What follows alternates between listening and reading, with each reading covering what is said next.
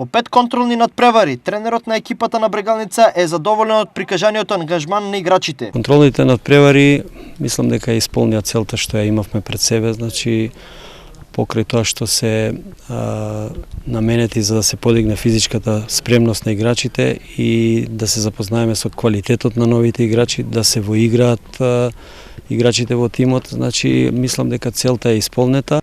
За следниот период, плановите на Илиевски се следниве.